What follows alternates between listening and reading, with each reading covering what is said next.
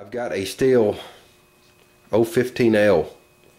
Buddy of mine, I don't know if he took it on trade or whatever, but he says it doesn't run. So we're going to start troubleshooting it.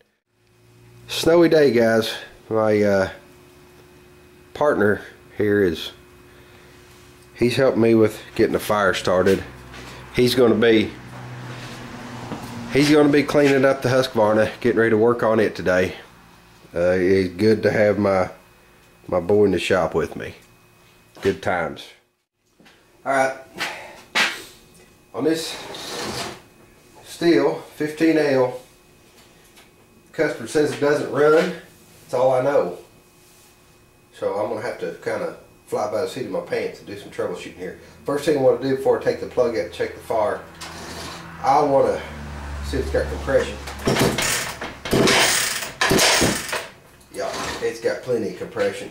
Let's get that plug out of there and see if we can check the fire real quick. Okay, gang, I went in and removed the plug, and I just ran me a ground wire for the plug over to the screw in the case. It's got excellent fire. Try to start it first, give it an honest try at starting it. Sometimes customer just is maybe taking the wrong approach to starting the machine. So anyway, we're just going to hack at it here and see if we can get it to start. Alright, that was that attempt at starting it did not work. So it is determined to be unusable at this point. What I'm going to do now, I'm going to take this cover off and get to the carburetor, take it apart. I'm sure that it's like everything else. The ethanol is destroyed, the diaphragms, plugged everything up. We'll just rebuild the carburetor, see if we can get the fire off. I like Stihl's products. It's what I use. Pretty much everything I have concerning a weed eater or a chainsaw personally is a Stihl.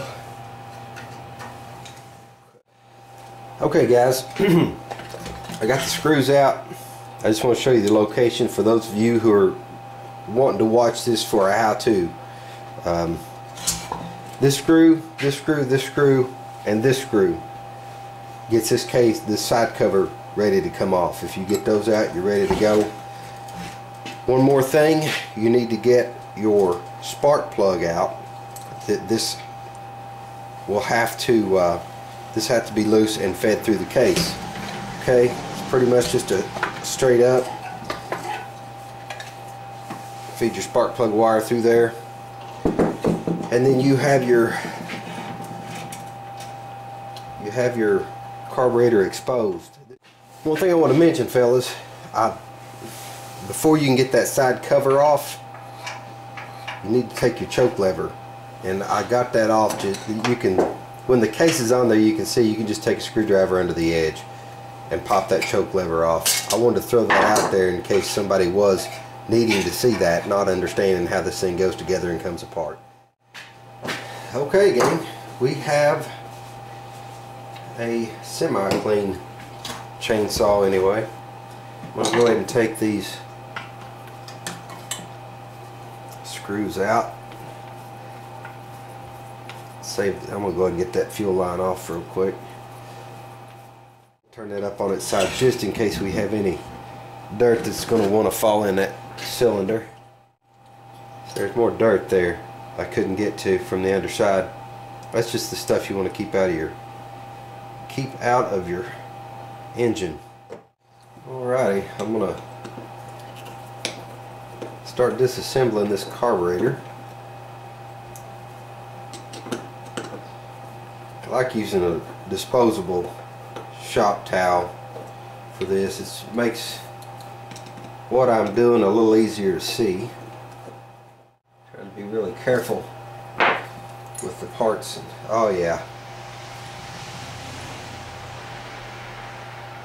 Okay. There we go. Pretty nasty stuff. Of course that's open anyway, but you could see if it's, in my mind, if it's that dirty, rust and so on and so forth, we've had a little, if it's that dirty and rusty, filthy and grimy, you can just about, in my mind anyway, understand that there's been some age on this kit and some wear, filth.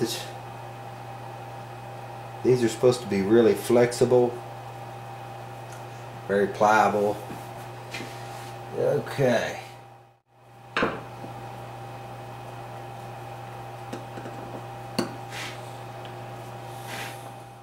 The screw out the other side. Get this off of it. We'll check out those pieces. Not wanting to pry real hard, just enough to separate this. I'll try a blade on a scraper and see if it'll. There we go.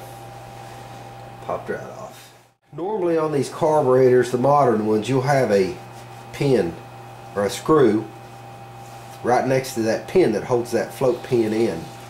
This is the older carb, it's not like that. To get this separated, I took a little screwdriver under this edge and just pried that up after I got these two screws out. There are two screws right here. Okay? And keeping in mind, being very careful, you know, when you do that, you do not want to damage. You don't want to damage the mating surfaces of your carburetor. We'll put it that way. And this thing, check this out. Pretty dirty. I'm going to count the number of turns in and out like I always do. It just gives me a reference point to start it. This could be wrong, you know. It just gives me an idea. One, that's a half actually, about 3/4 on this one. These adjustment screws look like they're in good shape. Now that's not foolproof, obviously. I just count the number of turns in. Like I say, it makes it easier to set them back that way just for initial startup, and then you can adjust it. But that could be wrong. Somebody may have couldn't get the saw started and totally fouled the adjustment.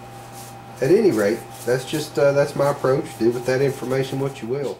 I think I'm gonna call it a day. My boy got the Husqvarna edger cleaned up really good. I'm ready to start working on it. I got inside this housing cleaned up pretty good and got all the carburetor parts in the carb medic. So we'll see how it goes.